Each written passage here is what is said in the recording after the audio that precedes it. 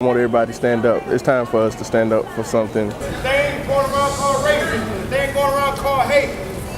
We're trying to stop that right now. We may not can stop it outside of Murray State, but we can stop it on Murray State. In response to the horribly, blatantly racist comments that are on the media site Yik-Yak. I think it's really important for faculty and students and staff to talk about this. I mean, Ferguson may seem somewhat abstract, but some of the things people were saying about their own peers were, I think, problematic, and I think it's important to basically take a really clear stand against it and show that people don't tolerate it, because I think one of the biggest problems is not hatred but apathy.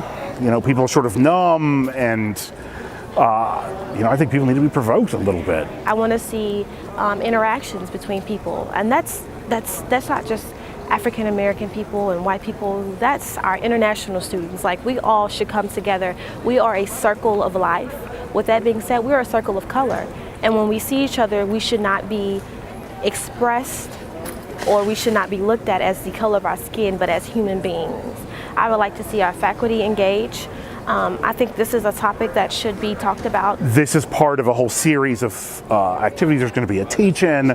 There's going to be stuff at International Education Week. So this is supposed to be just sort of essentially the entree to a whole bunch of discussions.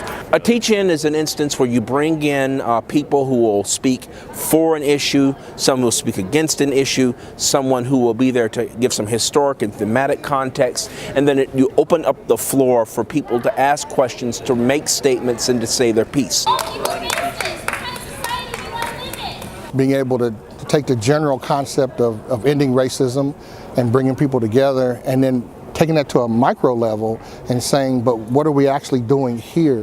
And doing as Michael Jackson said, the man in the mirror, or the woman in the mirror piece, where I'm looking at myself and saying, what am I doing and how can I facilitate this? Internal change cannot come with an edict from on high. That has to be an individual thing.